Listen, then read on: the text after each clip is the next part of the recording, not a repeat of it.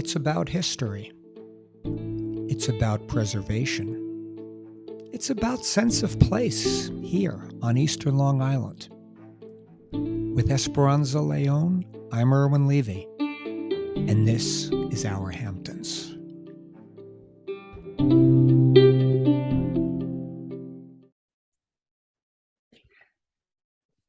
Esperanza. Hello, Irwin. I felt sing-song today. Yeah, I know that you have a pretty good voice. That could be thank you. a future gig for you, maybe. But we shall see. We shall see. But I'll make people cry, and not in the good way. Now you know I play guitar, so if you want to call what I do playing, but after Rachel falls asleep, I come in this office with my guitar, and trust me, it's a rock and roll dream because I sing to every song I play, and I imagine an audience. Your imagine audience. Everything. Oh yeah. Well, maybe we should. This is a future episode. You and I. That would. Irwin on guitar. Oh my God, that could be a duet with Esperanza. That could be the beginning of the end of Our Hamptons podcast. Exactly. But anyway, onto our topic of exactly, and this might have been a place that we could have done this performance had we been around we were alive at the time, but we might have been a little young for it. But now Esperanza, the Sea Spray Inn. Now, first of all, you got to love the name, right? I mean, it is such a poetic name, the Sea Spray. And I mean, I know it seems very obvious, but considering I don't know, all things considered, there's no other place like that still with that name out here. It's such a beautiful name. And before we get any further, now the Sea Spray Inn that we're talking about was actually an inn, a hotel, if you will, nestled in the dunes right at Main Beach, East Hampton. There are still the series of cottages there. Anyone that's been to Main Beach, if you drive down Ocean Avenue and go all the way to the end, if you look to the left, literally nestled in the dunes are the Sea Spray cottages, which were part of the Sea Spray Inn back in the day. But to your point about talking about the name, and I have to give props immediately. We're getting a lot of this research from just a fantastic article. And I mentioned this to Esperanza before we started. David Rattray of the East Hampton Star. This is an article that appeared early 2022. And for a small article, I mean, it was just chock full of like an incredible synopsis of this place. But the Sea Spray Inn might have been named after Cornelia Huntington's 1855 East Hampton novel of the same name, The Sea Spray. So, well, no wonder it's poetic then. I would say so. If that's the case, and we don't know. We're speculating here, but 1855, that name came, just extraordinary. But Esperanza, now the Sea Spray Inn was not always an inn. In fact, it really wasn't even always there at the ocean. It was actually, its early life was right on Main Street in East Hampton. Yes. And it was a hotel under the management of William Gardner. I don't think that was a Gardner of the Gardner family, but when it was still on Main Street. Yes. Okay. So it actually went from a private residence to, I don't want to call it a boarding house, probably something like that. I mean, that's sort of was how I'm reading it, because it's great historian out here, Averill Dayton. How do I pronounce that last name? Geuss. Maybe. Okay, guys, that's how I would. There was a quote that David put in this article. Gardner liked gaiety and held oyster suppers and dances here, which sort of put a smile to my face. And Mary Nimmo Moran, and an artist, and her more celebrated husband, who was also an artist, Thomas Moran, supposedly had their first stay there. But now E.D. Terbell bought the Sea Spray in the early part of the 20th century, 1902, and he actually moved it to the dunes where it spent most of its life. But he did it as a summer house. And Terbell is a name that people may recognize, right? I would say so, because there's a gorgeous street right off Ocean Avenue called Terbell Lane. Full disclosure, I ride my bike down that street all the time. It lets out. You get the most majestic view of the pond at the end of that street. The residents right now of that street are writing me and saying, "I can't believe you gave this away," but I'm sorry. It really is. I don't park my car there, but I do take the bike to the end of that street, 'cause it really is beautiful. But Well, these are public streets. they are public streets. We're not in a certain association to the west of This here, is but not a gated it's community. not a gated community. Although there are probably plenty of amenities in these houses at this Oh, no point. doubt, no doubt. And I'm sure Mr. Terbell had his share for the time. Yeah, for the day, it really did. And now remember, 1902, and again, we've spoken about this in our Hamptons, Esperanza, how the moving of houses and the moving of buildings in this point of in this era were not uncommon. You know, this No, kind of yeah, thing that yeah, happened all the time. all the time. I mean, Yes. these things were done. But now, if you imagine, now his house was on Main Street, Hmm. and but just imagine building a building of this kind of substance, you know, where he had to move it down Main Street, and of course, there were trees that allegedly had to get cut to be moved. Story, folklore, if you will. Thomas Moran was among those that summer that was going to shoot anyone who touched the silver birches in front of his house. Uh, you know, Really, again, nothing changes. I think you would have the same kind of reaction today, Yeah, yeah. but apparently they moved a fire hydrant at Woods Lane, and somehow, some way, they were able to get it down there. And And so I'm picturing this was done with horses I mean, now, at this point in time. It's, right. I mean, I would imagine. 1902. Yeah, I mean, there was. Yeah, I would have to say there. If they were motor vehicles at 1902, they certainly weren't capable of hauling a Yeah, house. hauling a house, exactly. I can't That was imagine. horsepower, natural horsepower.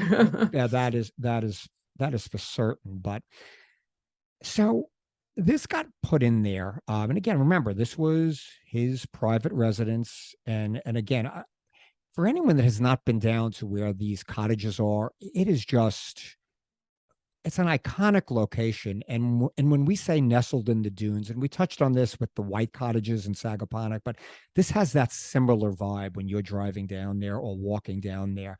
They are just buried in a dune. It really is a sight. And now apparently the cottages came along later. The cottages, as we mentioned, still there. They came along after the house had again become a hotel. Now, the East Hampton Star in 1914 did report that the Eldridges, George Eldridge and Son, self-taught builder, architect, was building 2 bungalows to face the ocean, designed these cottages. This guy also did commercial projects. How about the Edwards Drugstore on Main Street, Esperanza? Which is the home of the Star. Exactly. Right. So if anybody's looking for some Eldridge architecture, there you have it. That's correct, because that building has not changed all that much. No, You know, I truly, mean, yes. that is really walk by that East Hampton Star building and you just peer through those windows. It is a moment in It's like time. going back in time, and going inside is Yeah, like going, it's like it's a time capsule, right? it, Yeah. it really is. It really is a And time there are, capsule. Irwin, there are, I think, 12 or 13 of these That is cottages. the number. Yes, 12 or 13 of these cottages. And the storyline, you know, it's funny. We were talking about this before we started. You know, the history is interesting. We're now going to sort of move into its heyday. But when we get into the present day, where it's only about the cottages, it takes, let's just say it takes a little bit of a different turn. But to move into the heyday, and I guess the heyday is probably is the sweetest part of this story, because again, now the heyday we're going to call really from the 1940s into the mid 70s. Now this was the heyday. Again, we always do this on our Hamptons. Think back to what this place was 80 80 years ago in the 40s, and again, even to a lesser extent, 50 years ago in the 70s, just how different it was. But at its peak, the Sea Spray Inn could host 125 guests. and its restaurant could handle as many as 166 diners at each seating. Yeah. I mean, and I'm thinking how incredible. There's not a single place today that has that could boast a location like this had at all. Um, I mean, it's incredible. And I wanted to say, because you were saying, like transporting ourselves back, I think I'm remembering that in Helen Harrison, who wrote a trilogy, it's now a trilogy of murder mystery books. The first one in the trilogy, An Accidental Corpse, actually had the main characters who were a husband and wife, New York City Police Department, police officers, and their son. I recall that one of the settings was at the Sea Spray Inn. And so there were descriptions of that in that book. So that would be, in the 1950s. That is definitely recommended reading. And I'm sure Helen did her research about how that looked and smelled and felt back then. Oh my gosh. Yeah. She's, believe me, if Helen Harrison offered a course on research, I would take it. Because it would probably enhance our Hamptons podcast. But you're so right. But yeah, she's a great writer too. Great writer. I recommend that book and the whole trilogy. In fact, yeah. So there's a shout out in Helen little Harrison. Plug, yeah. But I think also she deserves it. Just to situate ourselves, if you read that book, you'll get a sense of that place. No question. I mean, I'm sure she really does. I'm sure she really does capture that. But we're going to try to capture this also because, and I mentioned this to Esperanza, and this is something I didn't even realize. It was actually, I actually found this part in a letter that somebody wrote to the Star about this article. And this was someone that actually worked at the Sea Spray in the 1960s. And I'll even give him a prop. It was a Jim Lubetkin. So, Jim, I'm going to thank you for this. It was a great little thing. But this I remember reading it. Yeah.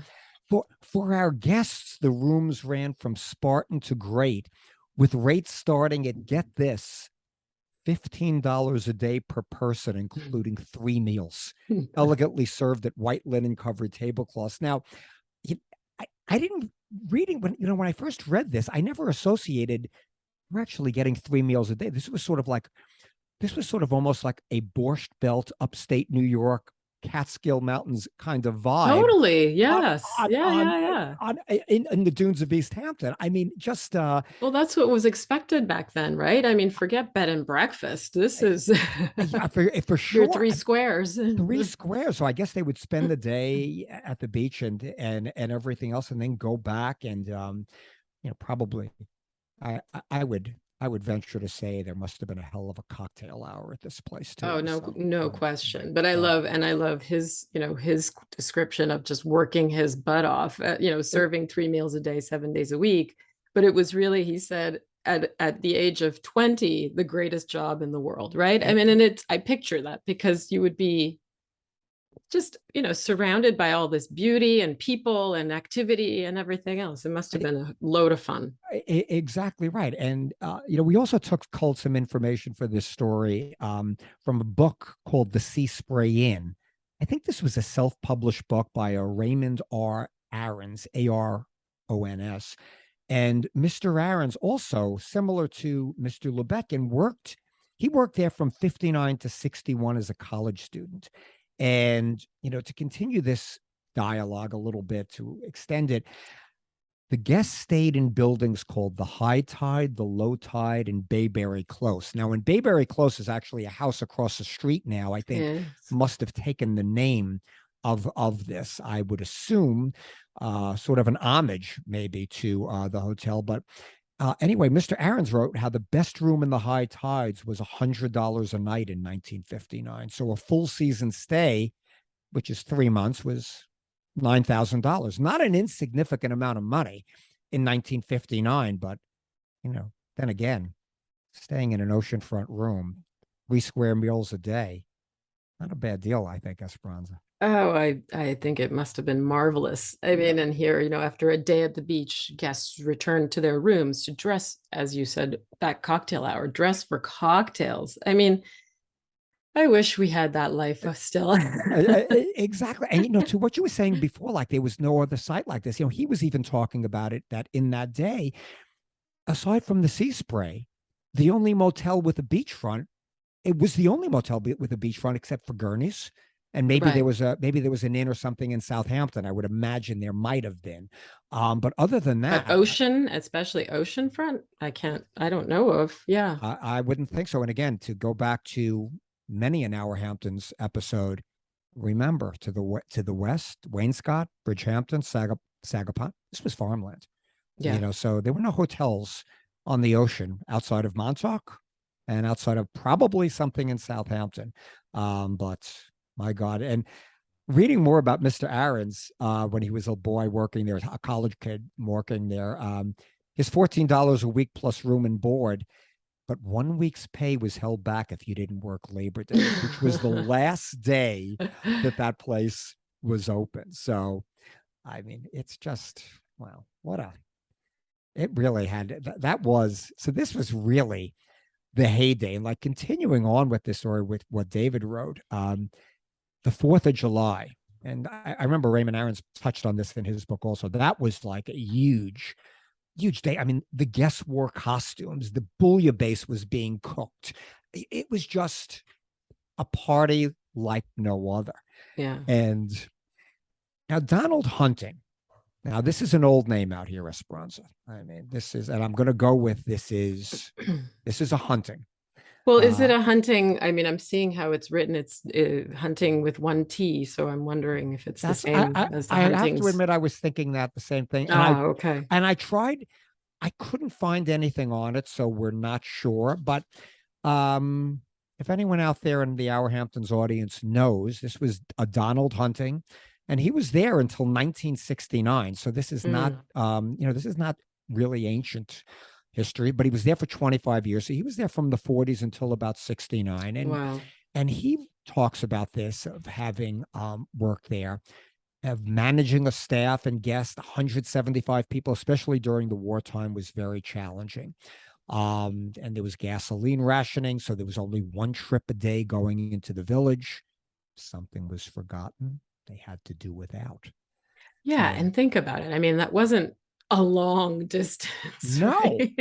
not a mile and a half. I mean, you bike this, right? I used to bike it all the time too. Like it was really nothing. And Don Hunting was actually interviewed by the Star in 1998, and he was mentioning how the uneaten food and scraps from the 500 meals a day that they served. Remember, they had 160 whatever guests, and they were serving 3 meals a day. It added up, plus the staff. And all of that went in to keep the pigs very well fed in their victory garden. So, I mean, so now let's go back for a second. Okay. Now we're in the 50s. Pigs 60s, in the dunes. A pig pen in a victory garden in the dunes of this really very high-end hotel. Now, we just touched on this, Esperanza. I just really thought of something. Now, so like this this Mr. Aarons was working there in 1959.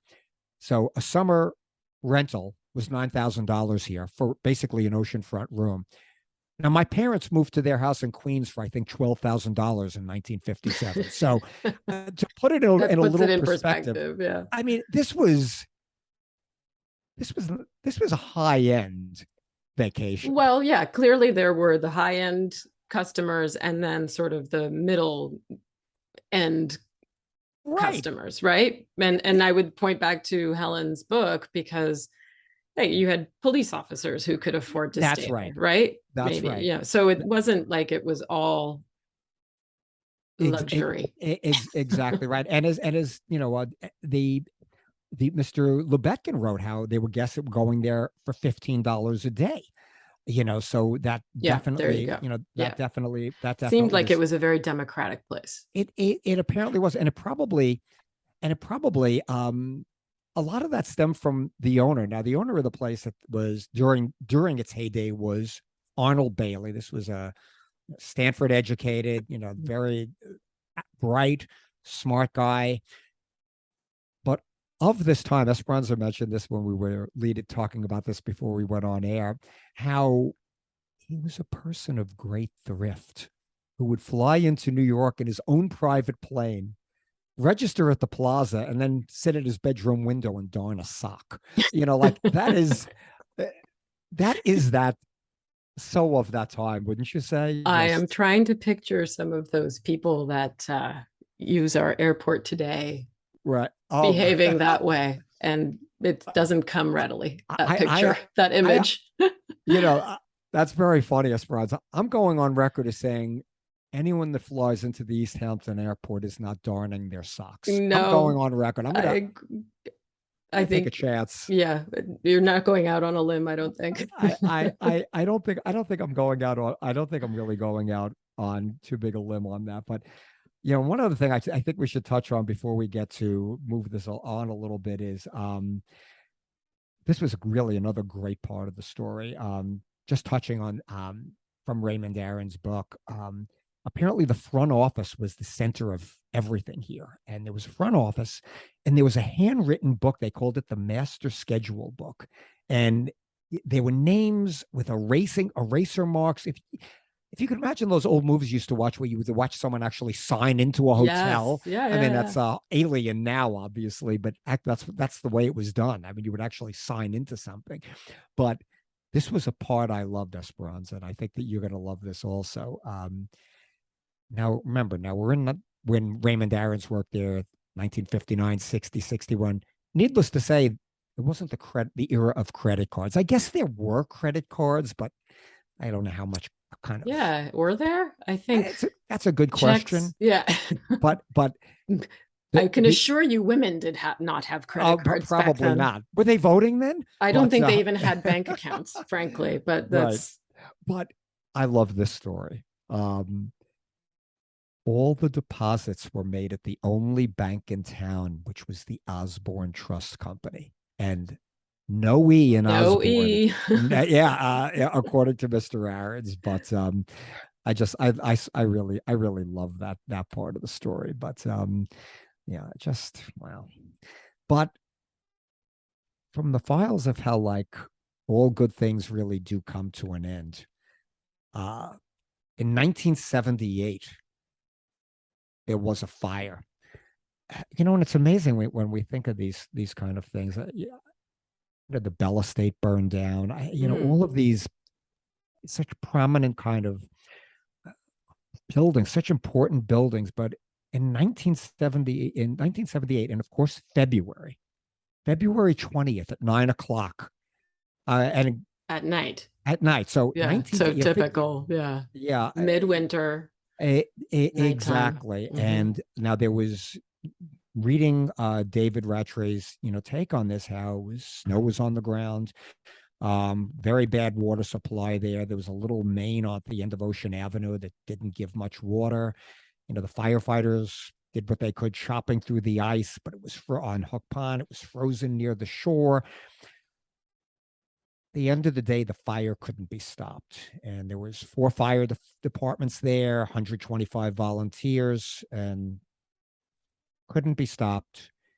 They did suspect arson, and Esperanza, here's another piece of folklore. The lead detective investigating this was Paul Rickenbach. Oh, wow. Yeah. Now, who became East Hampton's mayor for probably not 30 long plus after years. that. He was there. He was mayor really up until maybe couple of years ago, 2020. 3 years ago. Yeah. So he was mayor for a long time. This probably was at the end of his career with the police department, if I'm not mistaken. Incredible. Or close to it. But he was the lead detective investigating, and they did suspect arson. They actually questioned the suspect, but was the lead didn't. What was it? Out. A disgruntled employee? I found no information, but again, I think I'll put on my Law and Order hat, or all of these police procedural shows we've all watched. When would a fire take place if not at night? Exactly. In February in East Hampton. Right. I mean, my gosh, how many timber frame structures that in 1978?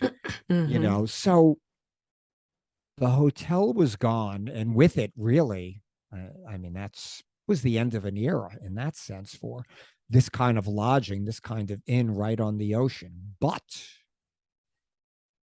the Sea Spray cottages were still there. Mm. Now, the story now takes on a whole other take now. Esperanza, I got to put on my serious Our Hamptons podcast voice now. Okay. You make me laugh when you do that. I don't mean to, but the story, I have to put on my news anchor voice because the story does get a little more somber now. But anyway, now we get into really what essentially is getting near present day a business, the business of the Sea Spray cottages. So the East Hampton Village Board, first of all, the village residents voted by a majority to buy the 16-acre property and to add the land and its cottages to the village's roster of parks and recreational sites. So this is whatever, I guess right after the fire, we'll call it 79. And the village board decided to lease out these 13 units, 13 cottages as summer rentals, and get a load of this, with the tenants responsible for repairs. Yeah, that's great. I mean, come on. That's a responsibility. Oh, gosh. I would say, I wouldn't right? trust. Right. But it did not pass muster with the state because apparently the village could not legally rent out cottages that were on parkland. Yes. So that makes sense. Yeah. I mean, yeah. Otherwise, I'm going to go. But then again, isn't glamping going on in Cedar Point Park? Not that I want to segue into that right now, but maybe we'll save that for another day. Yeah. Who knows? But anyway, it took the state legislature to solve this issue, and apparently there was some sort of exemption granted and whatever. So anyway, moving it along, the village voters agreed to buy the property, and for more than 20 years after that, so we're in 1979 now, these mostly oceanfront cottages, and I will argue, you've seen them, I've seen them. Mm-hmm, mm-hmm. If there are ones that aren't oceanfront, they're pretty darn close. I mean, they all look like they're nestled in a dune. They are. I mean, it's not like necessarily you're getting a view of the ocean, which is probably a good thing because you're not exposed. Right. But like the cottages that we talked about, you mentioned earlier from the White Farm in Bridgehampton, they're just tucked right in there in the dune where you just walk over that little, grassy slope and there you are. It's like the sky opens up and you've got miles of sand and ocean all around you. And you know what I've always marveled about, Esperanza, about the Sea Spray cottages is not only that, if you access the beach from the cottages, you're nearby, but you're not all that close to the people by the pavilion where the beach parking lot is. You're sort of a little bit away. And by the way, if you want to move another 20 yards, there's no one in sight. Yeah. I mean, it is. Yeah. No, it's a very tranquil spot, really. I mean, what a sweet spot. Mm-hmm. But they were known. And now so I was here, as I've mentioned, from 89 on. You were here, obviously, longer than that. And I remember this at $15K a season. These really were the best deal in town. No doubt. This was a bargain. And now I don't know if incestuous is the right word. It may be, it may not be, but let's just say at $15K a season, no one was leaving here. These were the same people. And that's what they actually wanted, right? I mean, I think they were just renewing these leases year after year to the same people. Yeah, I guess. Which seems a little, odd. I guess that the village board at the time is saying, well, it's not broken. Let's not fix it. Right. These people are not, this isn't riffraff. They're taking care of it. But I mean, it was the sweetheart deal of the century. And we're going somewhere with this. Don't worry, because $15,000 a year from say 79, I'm sure it went up incrementally a little bit. But so in 1980, these units produced $84,000 in revenue a year for the village. By 1999, the village took in $260,000. Now, remember, at a certain point in time, they opened it up. I guess it's sort of like the baseball reserve clause where a baseball player had no other option, had to play with the same team for his entire life, his entire career, until everything changed and you became a free agent. All of a sudden, these cottages opened up. And Esperanza, in 2022, you want to wager a guess as to what I think we might have spoken about it, so maybe it's not a guess, but why don't you tell the audience how much rental income they anticipated from this year? Oh gosh. I'll give you I a mean, hint. it's got to be in like a million, million up, Right. upwards of $1 million. 1.2 million to be exact. So from $84,000 in 1980 to $1.2 million in 2022. That's a pretty big incremental. It's a nice little. It's a nice little. It's a nice revenue source for sure, and especially given the expenses are seemingly low. Exactly, and that's what exactly right. Very good point. Good. I was saying to myself, wow, we've been probably a half hour into this episode without a segue. And no segue? Esperanza Leon just I'm did sorry. Segue. You gave a segue. You did give a segue because the expenses on the $1.2 million this year, $125K. So 10% expenses, 90% profit. I'll leave it there and let anyone fill in that blank. But anyway. I'm seeing that, like how they changed that. I guess it's fair, but the whole idea that these cottages go to the highest bidder seems, I don't know, just somehow. I was thinking the same thing. Rubs me the wrong way. I was thinking the same thing because, and again, I get we're in a free market, but there are people that, I mean, I'm doing the pause intentionally. This is not me thinking. I'm doing the pause intentionally. But with the mad money here, who knows how far these kind of numbers will ultimately creep yes, up, exactly. Yeah, that's what I was thinking. But, going back to what I would consider the heyday, only because I kind of lived it. I have a feeling of what's coming.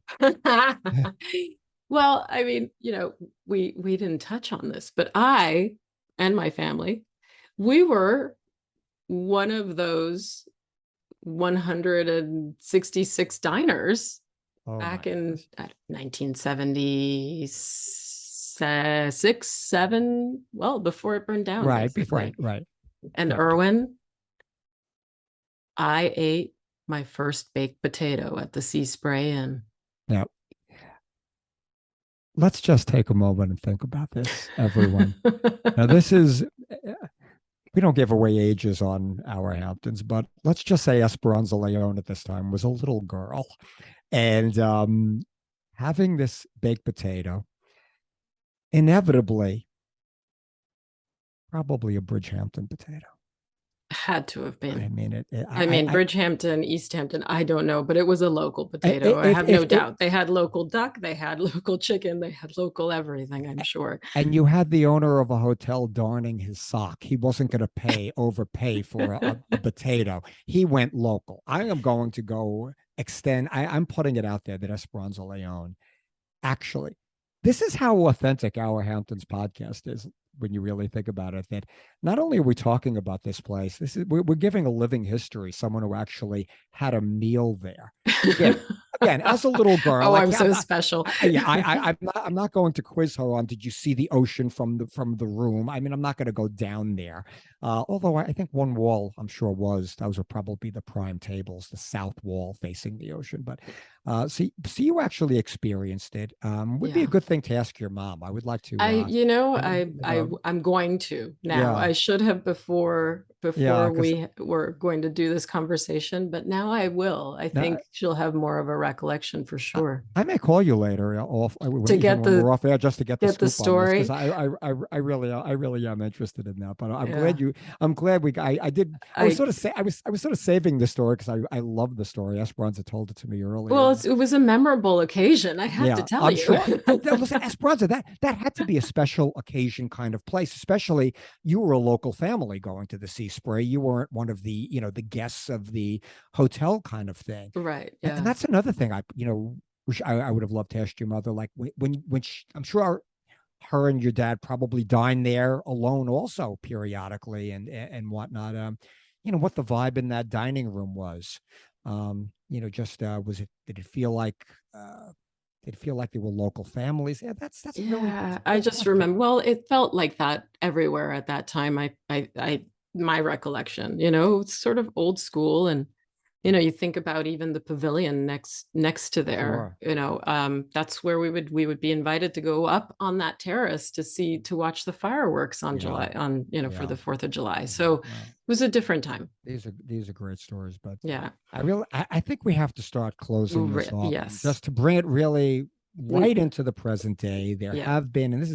There have been talks at the Sea Spray property, heard around the village, and we're talking now. I mean, we're talking present day, and the village board members have been talking about whether it would be advantageous to turn their management over to a private company Oh, who I would hope be not. responsible for the upkeep. Now, again, this is also something. Maybe I should put my serious voice on again, but this is something that would have to be taken up with an act through the New York State Legislature, the Assembly, the state. So, I mean, I don't think this is something that's imminent necessarily, but I guess the conversations are starting. So, stay tuned. Yeah. Yeah. Stay Thank you tuned. for that. Uh, hmm. I'm a little wary of that news. Yeah. God, talk about a mood shift here Ooh, in the ooh. studios of All our right, Hamptons. shake it off, We shake were it off. we went from the Leone family having a meal at the Sea Spray My Inn first potato. to the first at Esperanza's first potato to discussing the changes in further changes. Yeah, just So, let me wax nostalgic for a little yeah, longer, yeah, right? exactly. My God, I mean, all Please right, don't yeah. bring me into the present day. I'm trying to put my happy voice on since we're at the close of this episode, Esperanza. So, Yes, yeah. but that was so much fun, and it Yeah. was, And and the and anyone who, might Google this, you'll see some very cool pictures, historical ones from the early 1900s to like the 1978 fire. right, It's worth right, exploring. right. So, thank you to again Raymond Aarons for writing about the Sea Spray Inn, and a special thanks to David Rattray and the East Hampton Star, who's Yes. we're Yeah. fans. He's a friend of the show, and we appreciate all they do. But that was Esperanza. That was A God. good walk down memory lane and Yeah, a good walk I have the down smile the back path on of my face. history. Yeah, and I have the smile back on my face after I tried to get as quickly as possible back into the Leon's having dinner and the put the smile back from the somber stuff. So that was fun. So thank you, Esperanza. Thank you. Always fun, Irwin. Until Always next time. very good. Bye bye. Bye.